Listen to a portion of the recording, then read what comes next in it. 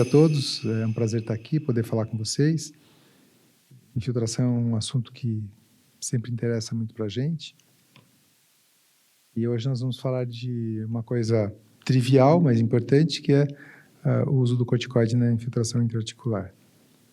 Eu não espero falar nenhuma grande novidade, mas eu espero trazer tranquilidade em relação à infiltração com corticoide.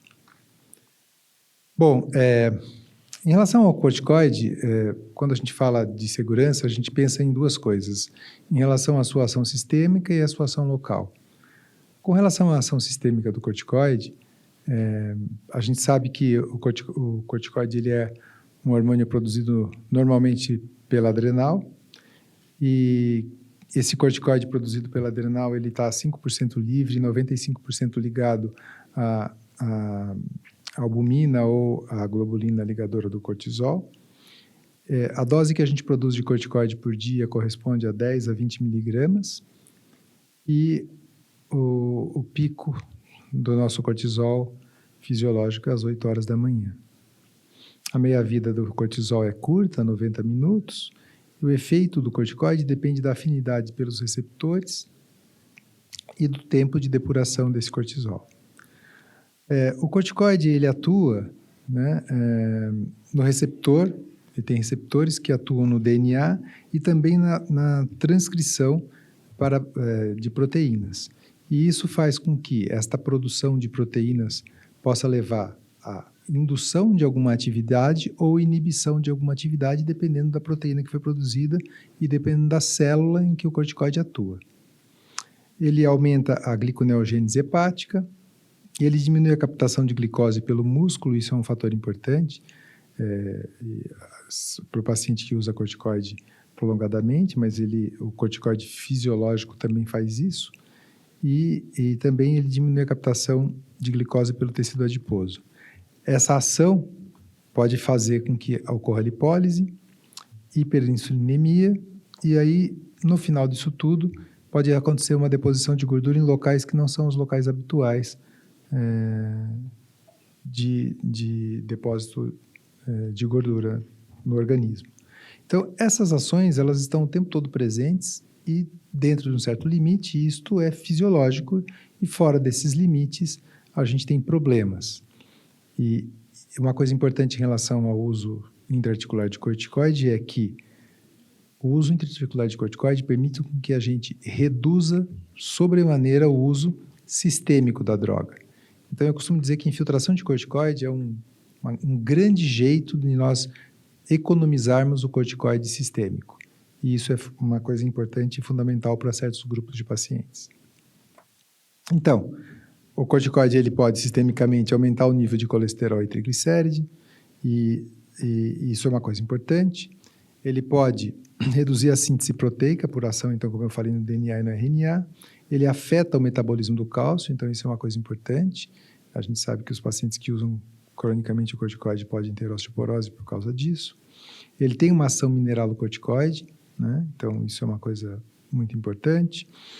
Ele inibe fibroblástico e tem as suas consequências cutâneas disso. Então a gente sabe que é muito comum o paciente que usa corticoide sistemicamente pode ter uma atrofia cutânea, e quem usa topicamente também. Ele aumenta a reatividade vascular, ele pode levar à necrose óssea, ele facilita infecções, então o paciente que usa corticoide sistemicamente ele tem mais infecções, inclusive por tuberculose, por estrongiloides e por fungo, por exemplo. E ele tem também os seus efeitos gastrointestinais, neurológicos e hormonais e assim por diante. Então, por que eu enumerei tanto os efeitos sistêmicos do corticoide? Porque o efeito sistêmico do corticoide pode estar presente no uso intraarticular do corticoide, claro, e porque o uso intraarticular do corticoide permite que nós usemos menos corticoide sistêmico e, desta maneira, a gente diminua esses efeitos sistêmicos do corticoide. Então, isso é um fato importante e relevante. Também a gente deve lembrar que, quando nós fazemos infiltrações, a gente pode ter efeitos locais decorrentes do uso do corticoide intraarticular. Não podemos esquecer do efeito dos próprios anestésicos, que frequentemente são usados associados à infiltração com corticoide. Os anestésicos eles podem ser condrotóxicos, então, antigamente a gente não tinha essa preocupação, mas hoje a gente usa a menor quantidade possível de anestésico. Os corticoides, eles também podem ser condrotóxicos in vitro, e essa toxicidade do corticoide é dose dependente, então isso é uma coisa importante. Tem aquele ditado que diz que a diferença entre o remédio e o veneno é a dose, e isso é importante. Eu costumo dizer que um copo mata a sede e um oceano morre afogado. Então, muitas das vezes, pessoas que querem provar que corticoide é perigoso e faz mal são pessoas que usam corticoide em dose muito alta e mostram que o corticoide é uma coisa muito arriscada. É como se a gente usasse qualquer medicamento em dose acima daquilo que é terapêutico e a gente usasse aquilo como ponderação para dizer que faz mal e que é perigoso.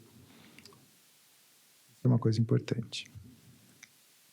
Será que o corticoide aumenta a degradação articular? Essa é uma questão que é colocada o tempo todo. Então, tem a questão sistêmica que eu falei para vocês, e aí a ação sistêmica do corticoide intraarticular é uma coisa que deve ser lembrada e reconhecida, sempre lembrando que se a opção é aquele corticoide intraarticular vai ser o corticoide sistêmico, nós estamos economizando os efeitos deletérios sistêmicos do corticoide, usando o intraarticular. Mas quando eu uso o intraarticular, eu estou aumentando a degradação da articulação ou não? E mais, será que não é muito diferente eu usar corticoide intraarticular numa articulação normal ou numa articulação inflamada? Porque muitos estudos, sobretudo em animais, são feitos em infiltrando corticoide numa articulação e no outro grupo não infiltrando e mostrando uma degradação. Mas e o processo inflamatório? Aquele processo inflamatório que ele é controlado pela infiltração intraarticular, diminuído pela infiltração intraarticular, aquele processo inflamatório não inibido, ele não aumentaria a degradação articular muito mais do que aquela exposição ao corticoide? Isso é uma coisa importante. Também, esse diapositivo eu roubei da Rita, uma coisa importante é que nem todos os corticoides são iguais. Existem corticoides mais potentes, menos solúveis, e corticoides menos potentes e mais solúveis. Quanto mais potente o corticoide, maior a sua ação local, e depende da intenção, a gente escolhe um corticoide ou outro. Então, a triamcinolona hexacetonida é o menos solúvel, o mais potente dos corticoides, e aí a gente tem um degradê de potência e solubilidade. Quando a gente pensa em desinflamar uma articulação, a gente pensa em corticoides que têm uma boa potência, mas não no mais potente dos corticoides. Então, quando a gente quer diminuir a inflamação, a gente geralmente usa betametasona ou outros corticoides de depósitos que são de potência boa, mas não de alta potência e nem tão baixa solubilidade. E geralmente quando a gente usa esses corticoides, a gente está pensando em infiltração extraarticular. Então, a gente usa bastante betametasona, por exemplo, para infiltração extraarticular. Já quando a gente está pensando numa infiltração intraarticular, a nossa intenção não é apenas desinflamar. Geralmente a gente está lidando com um tecido sinovial proliferado, uma sinovite exuberante, e aí o uso intraarticular do corticoide, ele tem a intenção de fazer uma sinovectomia química, de destruir aquele tecido. Por isso que o uso extraarticular da triamcinolona hexacetonida realmente é perigoso. A gente sabe, quando extravasa para fora da articulação, que dá atrofia cutânea, que dá hipocromia cutânea. E a gente imagina que todos os tecidos que a gente às vezes não vê na superfície, que estão sendo afetados por aquele corticoide, podem sofrer uma degradação. Por isso que nós não usamos a triamcinolona hexacetonida extraarticular. Se eu colocar ela do lado de um tendão, eu tenho uma chance muito grande de causar uma grande atrofia naquele tendão e facilitar a sua ruptura. Tem gente que, para controlar essa potência deste corticoide, usa diluído, dilui bastante a hexacetonida e usa extraarticular. Como isso é uma coisa mal parametrizada, eu não acho que vale o risco, eu prefiro usar um corticoide menos potente. Então, o uso intraarticular, a gente usa quase que somente a triamcinolona hexacetonida, mas, sobretudo, não usa a triamcinolona hexacetonida extraarticular, justamente para prevenir complicações. E daí, quando a gente fala de segurança, a gente está falando disso também. Nós escolhemos o corticoide certo para o lugar certo, a escolha errada também pode ser motivo de a gente estar tendo uma falha de segurança. É muito importante isso. Bom, as complicações sistêmicas do corticoide todo mundo conhece, tem uma lista enorme de complicações, né? E aí, quando a gente usa o corticoide intra-articular, nós não podemos esquecer que ele também tem uma ação sistêmica. E ele pode descompensar diabetes, hipertensão, insuficiência cardíaca, glaucoma, ele pode dar distúrbio gastrointestinal e ele pode afetar o eixo hipófise, hipotálamo e hipófise adrenal. Isso é uma coisa importante. Mas, de novo, quando a infiltração intra-articular é uma alternativa ao uso sistêmico, intramuscular ou oral do corticoide, a gente está lidando com esses mesmos problemas, mas provavelmente a gente está usando uma dose sistêmica muito menor do remédio. Então, usar intraarticular geralmente é mitigar esses problemas. A gente, quando infiltra, a grande maioria das vezes, está fazendo um procedimento eletivo. Então, não tem motivo da gente fazer esse procedimento com o paciente descompensado dessas doenças. Então, se o doente estiver descompensado, a gente primeiro compensa para depois fazer. E nenhuma dessas doenças é contraindicação absoluta para o uso do corticoide. A gente pode usar e pode fazer alguma coisa para impedir que isso seja um problema mais sério. E, claro, a exposição ao corticoide, por exemplo, quando você faz uma infiltração intraarticular de corticoide num joelho com artrose ou num paciente com artrite reumatoide, e aquele corticoide tem uma ação sistêmica por eu ter injetado intraarticular de 2 a 3 semanas, eu estou falando de 2 a 3 semanas de exposição ao corticoide sistêmico. Para eu ter a mesma ação com o corticoide sistêmico oral, eu teria que usar meses de corticoide, porque uma infiltração de um punho reumatoide, por exemplo, pode trazer um benefício que dura 3 a 6 meses, independente de outras intervenções que possam prolongar esse benefício. Então, para eu conseguir 3 a 6 meses de benefício com corticoide oral, eu teria que manter o paciente com o uso de corticoide oral por 3 a 6 meses. Então, a exposição ao efeito sistêmico da droga acaba sendo abreviada com o uso do corticoide intraarticular. Então, o corticoide intraarticular, sobretudo nas doenças inflamatórias, ele é um grande poupador do uso do corticoide sistêmico. As complicações locais do uso do corticoide, então, são bem conhecidas também. Eu sempre coloco a infecção em primeiro lugar, apesar de eu não ter tido nunca nenhum caso de infecção. Puxa, eu espero me aposentar sem isso acontecer. A gente teve no serviço muito poucos casos de infecção e provavelmente é porque tem gente que tem uma noção muito ruim do que é antisepsia. Então, tomando os cuidados básicos de antisepsia, não acontece infecção. Isso é importante. A gente também não deve infiltrar uma articulação que possa estar infectada ou que em volta da articulação possa ter um processo inflamatório. Na verdade, a gente deve evitar infiltrar um paciente que esteja na vigência de um processo infeccioso, não importa onde seja. Então, isso é uma coisa importante. Se o indivíduo está com uma infecção urinária que começou hoje, eu posso começar o tratamento e infiltrar o paciente daí a 3 dias, quando o processo infeccioso vai estar completamente controlado. Isso é importante. Então, a infecção é grave, mas é muito raro. E isso é uma coisa que a gente não deve ter medo se a gente é cuidadoso. Dor no momento da injeção, isso é um problema, muitos pacientes são muito apavorados, mas é uma dor totalmente tolerável para as pessoas que não têm problemas emocionais. Gente muito ansiosa, tem gente que passa mal para tirar sangue no laboratório. Então, é um efeito colateral bem tolerável. Pode ser mitigado com algum anestésico local cutâneo antes. Na minha opinião, isso tem mais um efeito placebo, mas a gente pode usar. Geralmente, quando a técnica é bem feita, a agulha é bem escolhida e o procedimento é realizado sem ter que cutucar muito, é bem tolerável e não justifica o que alguns pacientes querem e às vezes até alguns médicos fazem, sedação. Eu acho muito maluco isso. Criança, por exemplo.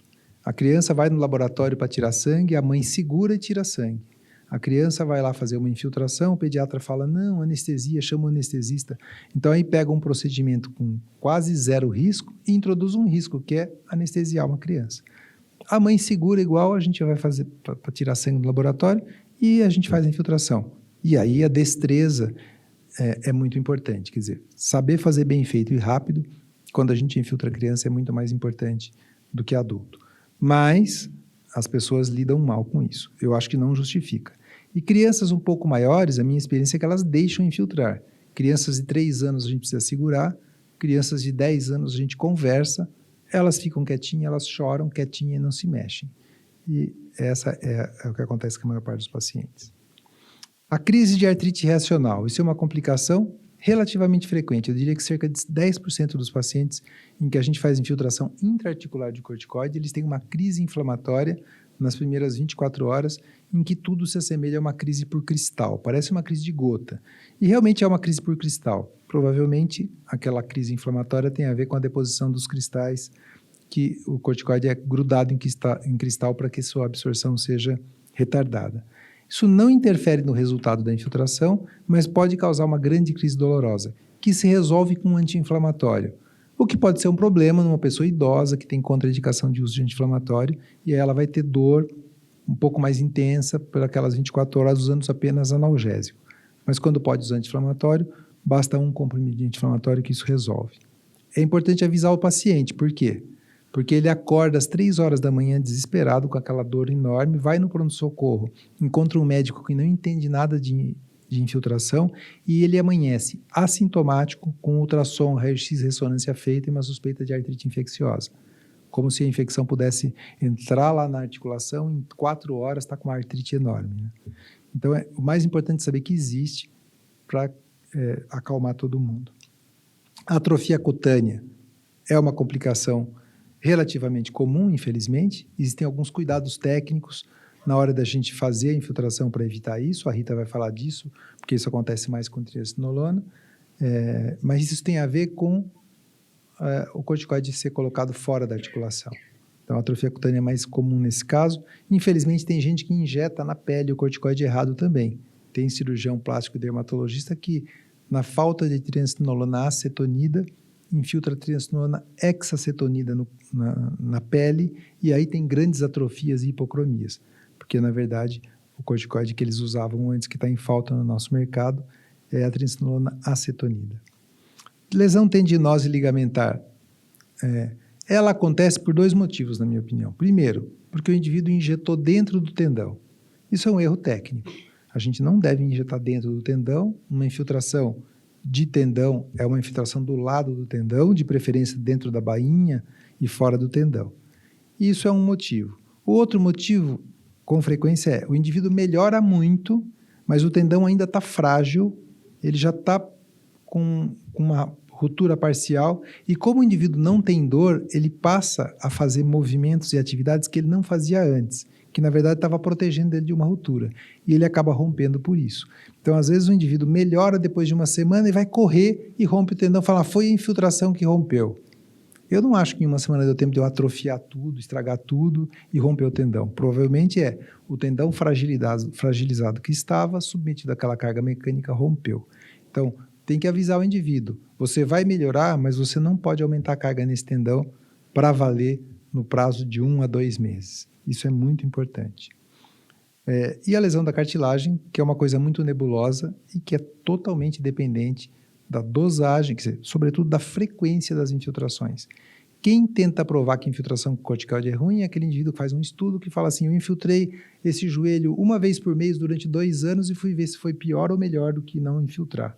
Bom, é como se eu falasse que eu ia dar para um indivíduo 200 miligramas de metrexate por dia para artrite reumatoide e eu ia ver se isso era perigoso ou não. Certamente é perigoso. Então, superdosagem é o elemento que geralmente traz mais complicação. Então, para aumentar a segurança, eu tenho que ter antisepsia, boa indicação, a técnica adequada, escolher o corticoide certo, a dose certa e pensar em quantas vezes eu posso repetir aquela infiltração naquele mesmo local. Tomando esses cuidados, a gente aumenta muito a segurança. Só para encerrar, eu gostaria de ilustrar com essas 2 publicações aqui, que é bem interessante. Tem um estudo que foi publicado que ele fala que talvez não seja tão seguro assim infiltrar corticoide. Desculpa a brincadeira, coisa de radiologista, que eles não acompanham os pacientes e eles só pegam o paciente, infiltram, o doente vai embora. E eles não estão lá vendo o doente vir mancando com o joelho, de contar toda a história da vida dele. E aí eles fizeram esse estudo. Quando você olha o título, você fala, nossa, se você for direto para a conclusão, você não infiltra mais corticoide. Mas se você for ler o estudo é muito ruim. É um estudo em que ele descreve uma série de casos que complicaram. É isso. E baseado numa série de casos que complicaram, ele diz que pode ser muito perigoso. Então, é um estudo sem valor científico nenhum. E logo em seguida foi publicada essa carta ao editor, de um monte de gente que a gente conhece o nome, muito séria, que trabalha com artrose sobretudo, dizendo que talvez, eles usaram o mesmo nome, né? Talvez não seja tão perigoso quanto eles queiram fazer você acreditar. Então a gente tem que tomar muito cuidado. O que a gente vê hoje no mundo real, fora da medicina? Eu acredito só naquilo que é conveniente para mim. Eu só leio o que é conveniente para mim, eu só converso com gente que fala a mesma coisa que eu acredito. E aí você acaba tendo essa visão enviesada do mundo. Na medicina também acontece isso. E a gente está sendo influenciado, infelizmente, por essa polarização que tem hoje em dia. O que é que protege a gente disso? Uma coisa que chama ciência. A gente tem que tomar muito cuidado com isso. Então, o cara que quer falar contra o corticoide vai ler esse artigo, vai espalhar para todo mundo e falar que corticoide é perigoso. Ninguém lê direito o artigo, todo mundo lê o enunciado, lê lá a conclusão. É assim, é igual fake news no WhatsApp. O cara, ele lê uma notícia que é conveniente para ele, espalha para todo mundo, ele não vai verificar quão verdade é aquilo, de onde veio, e ele não vai ler o artigo todo, muitas vezes ele só lê aquela frase que é um destaque, quando lê o artigo todo ele vê que não tem nada a ver. Então, é muito importante. Esse primeiro artigo, que foi comentado pelo segundo artigo, ele é um artigo que tem uma revisão retrospectiva de casos clínicos, ele apenas está preocupado com a avaliação de imagem, ele não faz uma avaliação sistemática dos casos, ele pega os casos que voltaram mais vezes e que tinham complicação, então é uma visão completamente enviesada. Ele não tem follow-up completo dos pacientes e ele tem uma inabilidade em instrumentos de avaliação e de acompanhamento. Na verdade, são casos que apareceram na clínica de radiologia. Então, essa visão enviesada pode ser a munição para muita gente falar mal de infiltração com corticoide. O que a gente vê hoje em dia, que os guias, tanto do Colégio Americano de Reumatologia, quanto o guia da Sociedade Internacional de Artrose, de osteoartrite, o que eles recomendam a infiltração com corticoide, porque a infiltração com corticoide é uma questão de custo-benefício. Nós temos ali um paciente que está com um problema e o que nós podemos fazer para mitigar aquele problema, melhorar a qualidade de vida, controlar a dor, diminuir a exposição a outros remédios. Então, a infiltração com corticoide é uma boa alternativa. Claro que se eu estiver diante de um paciente que não está sentindo nada, infiltrar corticoide não é uma boa alternativa. Não é uma boa alternativa nada para um paciente que não está doente. A gente está falando de pessoas doentes que estão sofrendo e que estão passando por um processo de destruição articular. Eu agradeço e peço de novo 1000 perdões por estar ali fora atrasando o evento. Obrigado. Nós vamos dar sequência com a doutora Rita Furtado. Ela é professora de reumatologia da Unifesp e vai falar para a gente um pouquinho sobre a experiência nacional com triacinolona intraarticular. Bom dia a todos. É um prazer muito grande estar aqui. Eu gostaria de agradecer a oportunidade. Hoje a gente vai falar sobre triacinolona, né, a nossa experiência. Eu gostaria de falar dos meus conflitos de interesse. Então, eu tenho uma linha de pesquisa na Unifesp, onde eu sou professora afiliada, com terapia intraarticular, com triacinolona. Eu dou cursos de cadáveres descongelados, de infiltração às cegas nos cetros. Eu tenho esse livro de infiltração às cegas, guiada por ultrassom e guiada por escopia. E eu estou lançando essa semana um curso online para venda na Hotmart sobre infiltrações às cegas no aparelho locomotor. Na Unifesp, eu faço parte de um grupo de reumatologia intervencionista, onde a gente tem pesquisa, assistência e ensino. Para falar da triacinolona, a gente tem que lembrar que é um éster de corticoide, né? Muito potente, muito pouco solúvel. Desde a década de 60 ele é utilizado. A gente já sabe que ele demora bastante seu efeito, então depois a gente vai falar sobre isso, 9 meses. E ele é interessante porque, em relação à prednisolona, a gente tem um flúor nessa posição que deixa esse corticoide muito mais potente. A gente tem um éster nessa outra posição que deixa o corticoide muito pouco solúvel. E por que isso é interessante? Porque quanto mais insolúvel, ou seja, quanto menos solúvel, mais tempo esse corticoide permanece dentro da articulação. E a triacinolona é o corticoide menos solúvel que existe. Existe um estudo de farmacocinética que comparou hexa de triancinolona, acetonide de triancinolona e betametasona. Qual seria o tempo de permanência intraarticular? Então, porque todos saem da articulação. Então, o hexa ficou em média 6 dias. O acetonide ficou até 4,3 e a betametasona apenas 2,8. Mas existiram pacientes que ficaram com o hexa dentro da articulação até por 15 dias. Então, isso é muito interessante. Como ele tem esse poder atrofiante por causa desses microcristais insolúveis, ele não funciona só como um anti-inflamatório local. Ele é capaz de fazer uma atrofia da sinovia. Portanto, ele faz uma sinovectomia medicamentosa, bastante agressiva, inclusive. Então, nessa foto da artrite dos ratinhos, a gente vê depois o resultado, depois do acetonide de triancinolona. E o fato dele ser extremamente atrofiante é muito interessante para quando a gente coloca dentro da articulação. O problema é quando ele escapa. E como vocês estão vendo, olha a capacidade atrofiante dele fora da articulação. Então, por isso que a gente tem que treinar bastante os nossos médicos, né? A osteoartrite é a doença mais prevalente do aparelho locomotor. Hoje em dia existem 500 milhões de pessoas no mundo com osteoartrite, 300 milhões com OA de joelho ou quadril.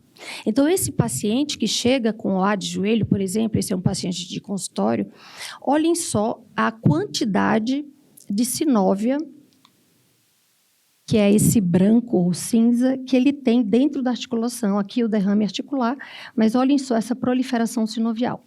O que é que seria capaz de fazer uma sinovectomia medicamentosa aqui dentro? A triancinolona e o radisótopo. Esse próximo paciente é um paciente do nosso ambulatório, também com osteoartrite. Todo esse tecido aqui, todas essas bolas aqui, são da proliferação sinovial e aqui o derrame articular. E aí eu grifei só para ficar mais claro o quanto de sinóvia ele tinha. Então, a gente colocou 5 ml do hexa e ele voltou em 15 dias, com uma proliferação muito menor e com menor derrame articular e com uma melhora de 80% no EVA de dor. Os estudos controlados que tem com hexa comparados a outro corticoide, então metil, prednisolona, acetonide de triancinolona, hidrocortisona e dexa, dos 6, em 5, o hexa foi superior. Esses são os nossos estudos publicados com a triancinolona, o hexa de triancinolona. A gente tem 21, 22 estudos, a grande maioria deles estudos controlados. A gente vai falar sobre alguns aqui. Alguns dos mais importantes comparou o hexa intraarticular com o acetonide intramuscular. E a gente viu que o hexa ele é mais rápido, ele é mais efetivo, tem menos efeitos colaterais. Esse foi o nosso primeiro estudo, foi o meu doutorado, onde a gente infiltrava 8 articulações dessas que vocês estão vendo. Todas essas aqui. Num grupo, e no outro grupo a gente comparava com a mesma dose do acetonide intramuscular. Então, a gente viu esses pacientes por 24 semanas com todos esses instrumentos de avaliação sistêmicos, atividade de doença, atividade local, supressão do eixo e efeito colateral. Então, o grupo poliinfiltração foi superior ao outro grupo para o ACR, para dor local, atividade de doença, supressão e efeitos colaterais, como vocês estão vendo aqui nesses gráficos. O vermelhinho é o grupo intraarticular, que foi melhor em todos esses aspectos, inclusive com uma supressão do eixo muito menor. Depois, a gente queria saber exatamente a acurácia da infiltração às cegas por um reumatologista bem treinado, no caso era eu, né? Todas essas articulações foram infiltradas, às cegas, embaixo da escopia, depois a gente batia uma chapa para saber se a gente tinha acertado ou não. Então, olha só o que a gente viu. A gente viu uma acurácia de quase 100% ou 100% para cotovelo, punho, metacárpico e joelho. Ombro, 82 e tornozelo, 77. Essa é a tabela, a gente publicou no Rheumatology e a gente viu que Para a dor, para o edema e para a rigidez, houve uma melhora importante, 80%, 85%, do T0 para o T4. Ou seja, se um médico ele é muito bem treinado, ele tem chance de fazer infiltrações às cegas com uma boa acurácia. Os nossos meninos residentes em reumato, quando saem da residência, eles não têm dinheiro ainda para comprar ultrassom. Então, é importante para a gente treinar essas pessoas para fazer procedimento às cegas. Esse foi outro estudo onde a gente comparou o hexa-intra com acetonide intramuscular para joelho, pacientes com artrite reumatoide, avaliados por 12 semanas, com todos esses instrumentos de avaliação. Então, de novo, OCR, instrumentos locais, funcionais, percepção de melhora, uso de anti-inflamatório. A gente viu que no grupo de infiltração, eles foram melhores para dor, edema, rigidez e atividade, segundo médico e paciente. Nesse último estudo, a gente queria saber se lavar, né, algo que o reumatologista francês faz muito, se fazer lavagem em osteoartrite valia a pena, né? Então, a gente publicou esse estudo no Clinical Rheumatology e a gente lavava esses joelhos com uma agulha grossa, uma agulha de Cope. Então, o grupo lavagem era composto pelo hexa intraarticular e pela lavagem, a lavagem antes, 1.000 ml, e o hexa depois, e no outro grupo a gente fez uma lavagem em chã e colocou o hexacetonide. E a gente avaliou por 12 semanas esses indivíduos com variáveis locais, funcionais, percepção de melhora, teste de caminhada, inclusive. E a gente viu que eles não variaram muito, o grupo total. E aí a gente fez uma subanálise apenas com os KL3 ou KL2. Então, no grupo KL3, a gente viu que o grupo lavagem foi superior para flexão, para função 2, questionários funcionais e percepção de melhora. A gente começou a estudar radioisótopo para joelho de artrite reumatoide, então esse estudo a gente publicou no Clinical Rheumatology, também com joelho inflamado, 3 grupos, né? Então, todos eles recebiam o hexa de triancinolona, em um a gente fazia ítrio e no outro samário. E também avaliamos por 1 ano, nesse caso, né, uma única infiltração, para variáveis locais também, percepção de melhora, função, variáveis bem parecidas com o dia a dia para a gente. E a gente viu que não existia diferença entre os 3 grupos, exceto para dor no grupo do ítrio. Quer dizer, fazer hexa foi muito parecido do que acrescentar o radioisótopo. Aquele esquema, fazer intra versus intramuscular, intraarticular versus intramuscular, também a gente estudou para síndrome facetária por osteoartrite. Então, a gente infiltrou esses indivíduos, 6 intraarticular, faceta, guiado por escopia, versus a mesma quantidade em pontos musculares, né, para manter a cegueira, com acetonide de triancinolona. Avaliamos esses pacientes por 6 meses. Com função, dor lombar, percepção de melhora, uso de remédio, né? E a gente viu que o grupo que fez intraarticular melhorou mais, né? Para dor, para uso de anti-inflamatório, percentagem de melhora e função. Depois a gente começou a estudar osteoartrite de mãos, né? A gente publicou esse estudo no Journal of Rheumatology. E o que é que a gente fez? A gente infiltrou tanto intraarticular para as proximais quanto para as distais, num grupo, né? E no outro grupo apenas lidocaína. Então, na verdade, os 2 grupos eram infiltrados, os 2 grupos com lidocaína. Naquela época a gente não sabia da toxicidade, né? do anestésico, e no outro grupo, um grupo só, a gente acrescentou o hexa. Também várias variáveis locais, funcionais, percepção de melhora, 2 questionários funcionais, né? Uso de paracetamol, até 12 semanas.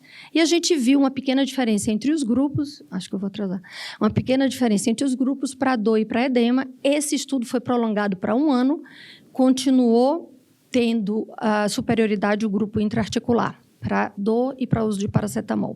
Esse é um dos mais importantes estudos do nosso grupo, onde a gente queria saber quanto tempo uma infiltração com hexa de triancinolona durava. Então, a gente infiltrou 262 articulações. Foram essas articulações que vocês estão vendo, cegamente. E a gente ligava para esses pacientes mês a mês, até 1 ano, para saber, você ainda está sem dor e sem edema articular, que é o que a gente considerou remissão. Olhem só como a escala de dor cai abruptamente do T0 para o T 1 mês e continua caindo para quem continua melhorando, né? Dor e edema. E a gente dividiu esses pacientes em 2 grupos. Um grupo que durava mais de 6 meses, um grupo que durava menos de 6 meses. E a gente queria saber as variáveis relacionadas aos 2. Mas antes disso, olhem só, a mediana de tempo de duração foi 9 meses, para pacientes com artrite reumatoide, 9,5, para articulações pequenas, 12 meses, e o nosso pior resultado foi 7 meses para osteoartrite de joelho. O que é que a gente faz, sem toxicidade, que faz um doente ficar 7 meses sem dor e sem edema? Quais eram as pessoas que melhoravam mais? Quem tinha artrite reumatoide, quem era mulher, quem fazia infiltração em pequenas articulações, quem tinha pouca dor e edema, quem estava usando leflunomida. E quem é que melhorava por menos tempo? Quem tinha hipertensão e diabetes, quem estava usando imunobiológico e quem fazia apenas uma infiltração. Agora, a gente começou a comparar o hexa com outras drogas mais novas. Então, a toxina botulínica, por exemplo, em joelho. Então, a gente publicou no Clinical Rheumatology. E a gente comparou 3 grupos, né? Então, um grupo com hexa, o outro grupo com toxina botulínica e o outro grupo com salina. Avaliamos esses pacientes por 12 semanas com os mesmos instrumentos de avaliação de sempre, locais funcionais.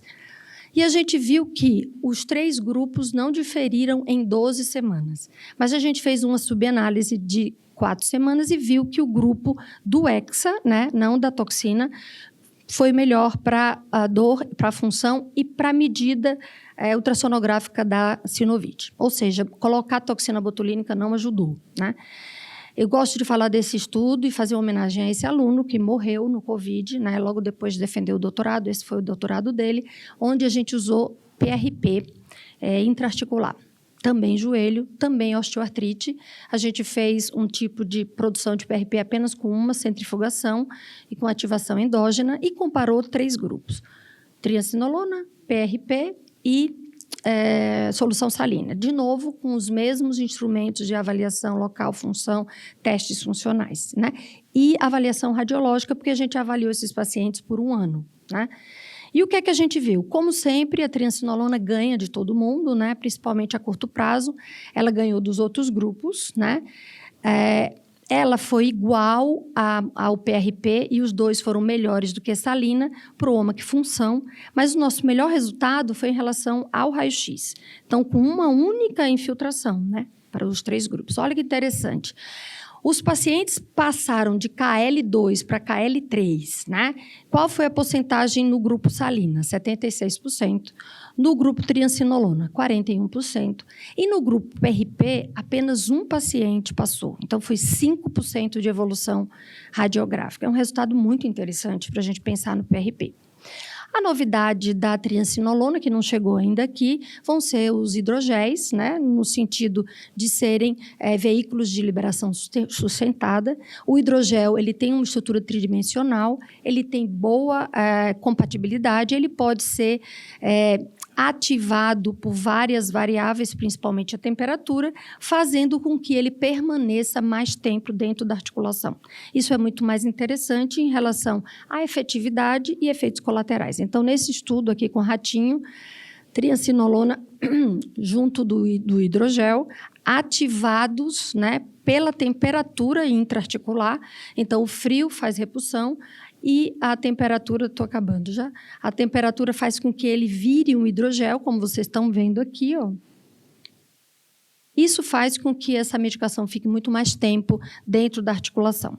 A gente não tem ainda essa droga aqui. No nosso setor, a gente está abrindo os dados de 5 teses de mestrado em pacientes com osteoartrite, comparando idoso versus jovem, obeso versus não obeso, doloroso versus não doloroso, KL leve, KL grave e no outro variáveis para dor local. A maioria desses estudos, os 2 grupos estão respondendo da mesma forma, o que é muito interessante, né? Bom, eu gosto de acabar as minhas aulas de infiltração falando com a paciente, uma vez me disse, receber uma infiltração é como parir um filho. Parto normal, né? Claro. Na hora pode até doer, mas depois é maravilhoso. Eu concordo com ela. Obrigada. Para terminar o módulo, eu gostaria de chamar o Dr. Guilherme Ocampo. Ele vai conversar com a gente um pouquinho sobre a associação do ácido hialurônico com o corticoide e o que a gente tem de coisas positivas em relação a isso. Primeiro, gostaria de agradecer o convite para falar. O meu trabalho está muito fácil, porque eu vou ter que falar sobre ácido hialurônico, que de manhã a gente já falou, que é uma ferramenta fantástica. A doutora Rita e o doutor Jamil já falaram que funciona e que... Então, o meu intuito seria falar para vocês sobre a associação com ácido hialurônico. E, bom, eu podia acabar a aula agora e falar, olha, a gente tem 2 remédios que funcionam, então vocês podem usar e está tudo resolvido. Mas vamos tentar explorar um pouco mais. Primeira coisa, eu não tenho nenhum conflito de interesses nessa apresentação. Tá? Esse QR Code, se vocês direcionarem, vocês vão conseguir votar. E tem um código também. Tá? Queria convidar vocês para o curso. Esse é o folder de 2023, mas a gente faz um curso praticamente mensal aqui no Hospital das Clínicas, onde a gente discute tudo relacionado à artrose, sarcopenia, osteoporose. E a gente também faz infiltrações em vivo, guiadas e não guiadas. Todos vocês estão convidados. Tá? Então, vamos lá. Quando você pensa em osteoartrite, o que vem à sua mente? Lógico. 18 pessoas. Eu vou deixar também sempre aqui em cima da tela, sempre tem esse código. Você pode acessar o Mente e usar o código que também dá. E a gente começa a ver que, olha, aparece ácido hialurônico, sofrimento, dor, inchaço, inflamação, limitação, corticoide, incapacidade. E tudo isso é verdade. Tá? Nós, ortopedistas, somos acostumados a pensar muito mecanicamente. E eu sou ortopedista. Então, para os residentes, eu tento muito a falar, olha, a gente tem que lembrar principalmente da inflamação, que é uma coisa que o ortopedista está acostumado a esquecer. E aí o que acontece é, por que a gente tem que lembrar da inflamação? Porque sim, ela tem o seu componente mecânico, mas ela tem essa tempestade inflamatória. E aí a gente precisa lembrar disso. Tá? Se a gente não conseguir abaixar essa tempestade inflamatória, vai ser difícil da gente ter o melhor resultado possível com o nosso paciente. Aí vamos lá. Quando que vocês associam corticoide e ácido hialurônico? Sempre, nunca, quando tem sinovite, quando tem derrame. Podem votar também.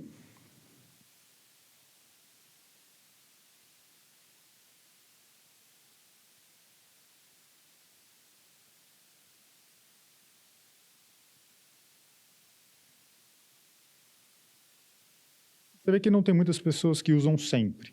Tá? E a verdade é que, assim, quando a gente vai falar... os dados são conflitantes, eu vou mostrar para vocês o que a gente tem. Eu, pessoalmente, o grupo, a gente está acostumado a usar triancinolona, principalmente quando a gente tem derrame, quando a gente tem sinovite, mas o nosso parâmetro lá é sinovite. Tá? Então, uma tese de doutorado aqui do grupo que eu vou mostrar, que fez com que a gente, em algumas preparações de ácido hialurônico, a gente estivesse usando quase sempre. Tá? Então, vamos lá. Por que a gente tem que lembrar da associação? Porque o ácido hialurônico ele é degradado pelas hialuronidases, pelos radicais livres de oxigênio. E, como foi bem demonstrado pela doutora Rita, se você coloca o triancil, você vai diminuir a proliferação sinovial, que ela vai produzir muito a degradação do ácido hialurônico que a gente coloca ali. E a gente sabe que quanto pior o ácido hialurônico, pior vai ser as propriedades reológicas dele e pior vai ser os efeitos anti-inflamatórios que ele tem dentro daquela articulação. Então, se você tem uma articulação com muita sinovite, com derrame, talvez não seja nem o melhor momento de você colocar o ácido hialurônico. Talvez a melhor coisa a se fazer seja esvazie aquele joelho, faça um triancil, espere uma semana, 2 semanas, e aí você volta com ácido hialurônico. Mas sempre que eu mostro isso para os meus residentes, porque eu faço essa pergunta para os residentes de ortopedia, eles me falam, osteoartrite eu penso em varo, valgo, se eu vou fazer a prótese X, a Y, se eu vou fazer uma osteotomia. E eu mostro isso, a pergunta que eles falam para mim, convidando vocês de novo para o nosso curso. E a pergunta que eles fazem, Guilherme, você está falando aí que a osteoartrite é super importante em inflamação. Você tem um anti-inflamatório que é seguro. Por que você não usa sempre? Por que você não usa em altas doses? E aí, como o doutor Jamil falou, o que acontece é que a dose, a diferença de um veneno e do remédio, às vezes, é a dose. Existem alguns trabalhos in vitro, como esse que ele já citou, que mostram o quê? Que pacientes recebendo triancinolona a cada 12 semanas, por 2 anos, com uma dose alta, eles tiveram uma diminuição da espessura de cartilagem, mas não dos sintomas. Eles não pioraram. Então, o que acontece? Como ele bem falou, não é que a triancinolona faz mal, mas a gente tem que lembrar que ela tem esse efeito atrófico e no corpo inteiro. Então, a gente tem que lembrar de usar ela ao nosso favor. Eu também sou especialista em cirurgia de ombro e o que acontece é que eu infiltro bastante ombro e em ombro, particularmente, eu tenho um receio maior em usar principalmente o Triancil. Por quê? Porque para quem faz cirurgia de ombro, a única coisa que a gente não quer é que rompa é o manguito rotador. Porque se o manguito romper e você tiver uma lesão de manguito extensa, a única solução que a gente vai ter para o paciente, na maior parte das vezes, vai ser uma prótese reversa, que é uma prótese que não tem um resultado tão bom quanto uma prótese de joelho ou uma prótese de quadril. Ou seja, dependendo da articulação que você estiver, você tem que escolher qual corticoide você vai usar e, principalmente, se vale a pena experimentar ou não. Mas vamos lá, por que associar ácido hialurônico, então, com corticoide? Essa é a tese de doutorado que fez o grupo do IoT começar a fazer uma associação quase sempre com esses ácidos hialurônicos de maior peso molecular. Aqui são 2 grupos, essa é a tese de doutorado do Gustavo, e vocês veem que existe, na linha preta mais escura, os pacientes que só receberam ácido hialurônico com 6 milhões de Daltons. E na linha mais clara, os pacientes que receberam na mesma aplicação ácido hialurônico e triancinolona. O que a gente percebe, como já foi comentado aqui na primeira sessão, é que os pacientes todos vão melhorar. E com 6 meses, todos estarão com o mesmo resultado funcional. Só que nas primeiras 2 semanas, você tem uma queda muito importante na dor e na melhora da função dos pacientes. Então, dependendo do produto que você for usar, da articulação que você for usar, faz todo sentido usar. Como foi bem dito aqui, a gente não está aqui para demonizar o Triancil ou falar que o ácido hialurônico é a única salvação. A artrose é uma doença em que, se a gente não usar várias ferramentas e várias estratégias para ter um efeito sinérgico, nós não teremos bons resultados.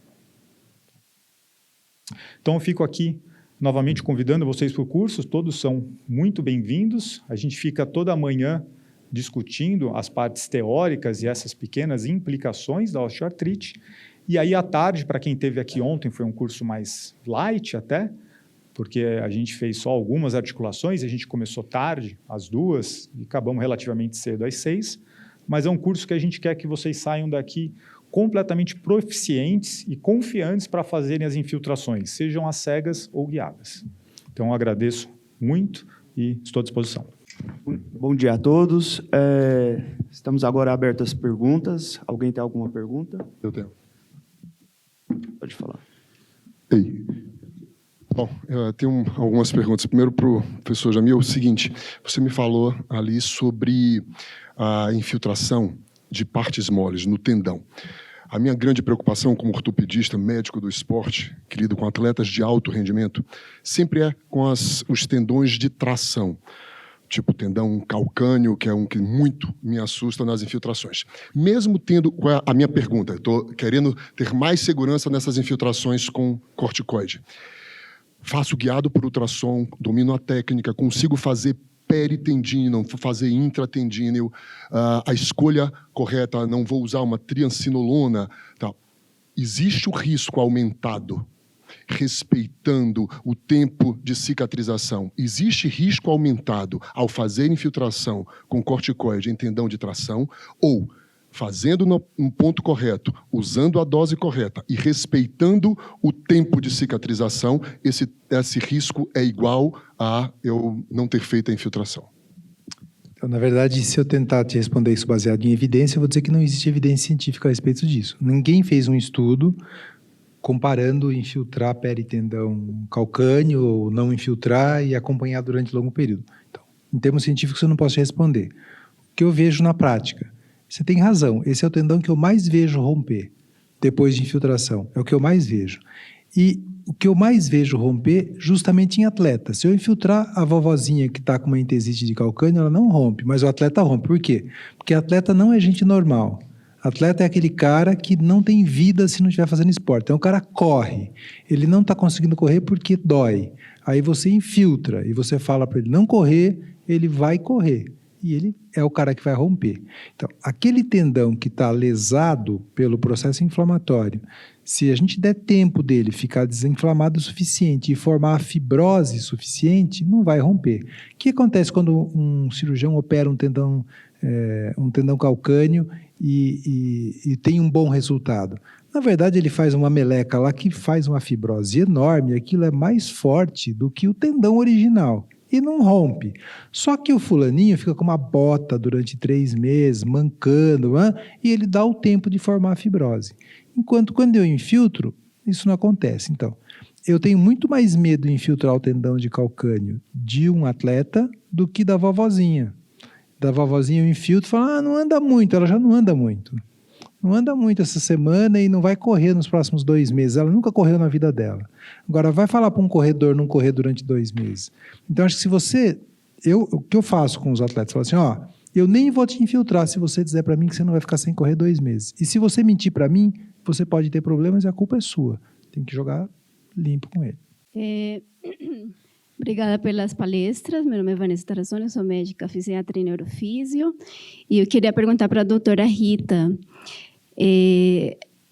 quais os critérios de inclusão e os resultados em relação à idade desses pacientes em que a senhora comparou os efeitos colaterais e as pioras das doenças? Porque eu também, que nem o doutor comentou, tenho pacientes acima de 80 anos e eu fico um pouco de receio de fazer muito triancil, ou pelo menos a cada 6 meses, no joelho, em que, na verdade, não tenho muito mais o que fazer, porque está aquela artrose super complicada que o paciente não vai operar. Obrigada. Todos os nossos pacientes, em todos os nossos estudos, a gente tinha critérios de inclusão muito parecidos, ou seja, pacientes de 40 a 70 anos no máximo, pacientes apenas com classificação radiológica KL2 e 3, já mais 4 e já mais 1 também. E esses pacientes tinham que estar com tratamento oral estável, tanto na artrite reumatoide quanto na osteoartrite. Então, a gente não teve nenhum estudo pacientes com mais de 70 anos. E em todos os nossos estudos, nós só fizemos uma única intervenção, não sei se isso ficou claro, uma única, que foi no T0, todos eles, né, nos 22, 21 estudos. E avaliamos ou por 3 meses, ou por 6 meses, ou por 1 ano. Mas todas as vezes foi um só. Eu só queria enfatizar um pouco mais, porque eu acho que nunca fica muito claro isso, não se pode injetar triancinolona fora da articulação. Nunca, nunca será seguro. Nunca, mesmo diluído. Então, não façam isso. O poder atrofiante dessa medicação, que é fantástico, só pode ser usado dentro da articulação, mesmo se isso não estiver na bula. O tendão rompe, faz um buraco na pele, eu já vi de tudo, né? Então, não pode, tá? Desculpa.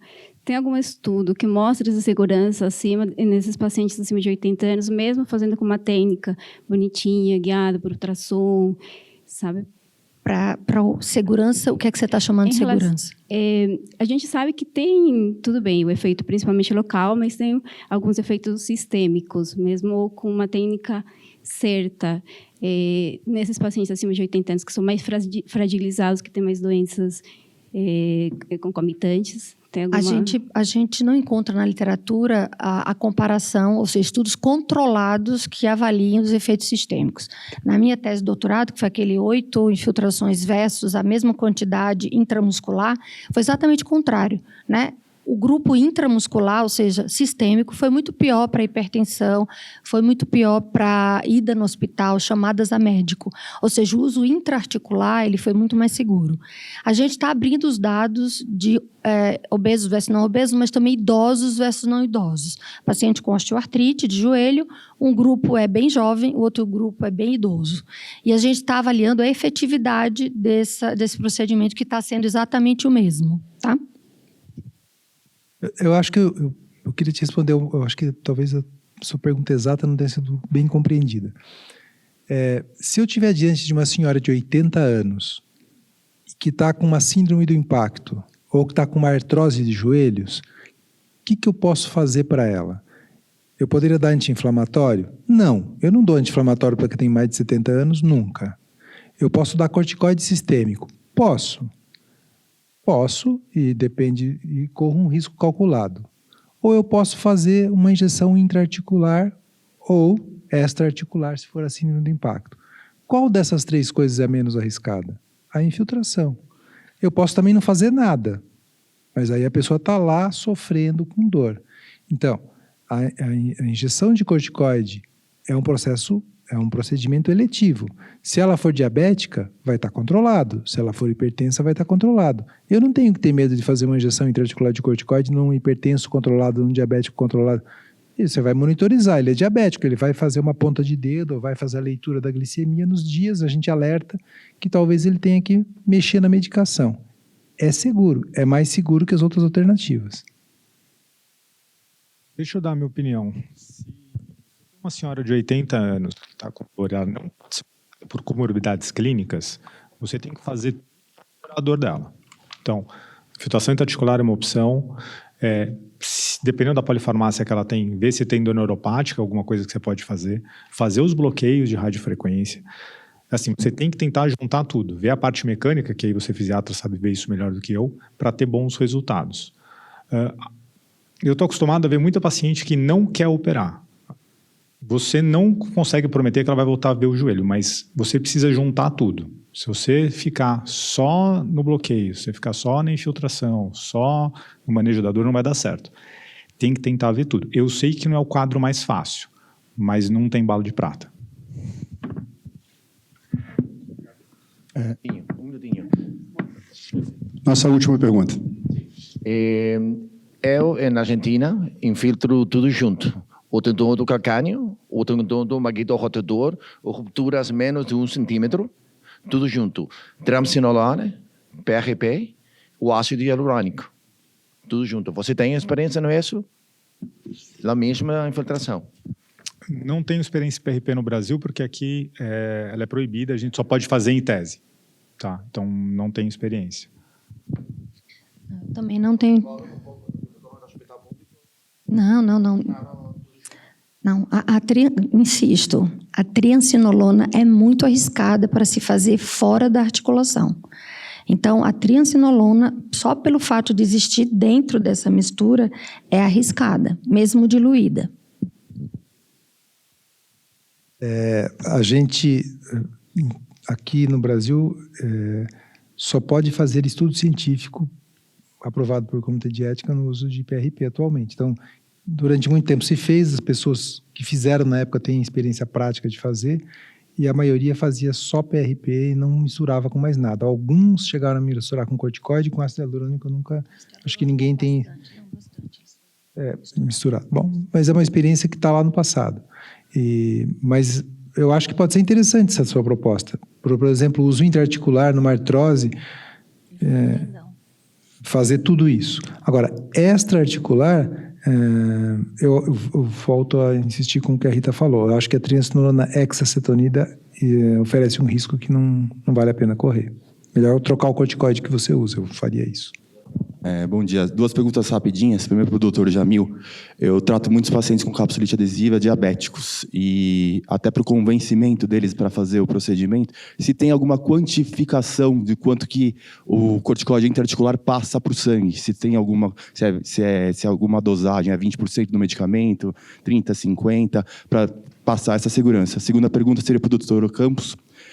Com relação ao estudo da associação do ácido hialurônico com o corticoide, se vocês fizeram só para o Triancil, que vai ter aquele efeito de degradar a sinóvia, ou se com os outros corticoides também isso é uma verdade? Todo corticoide é absorvido.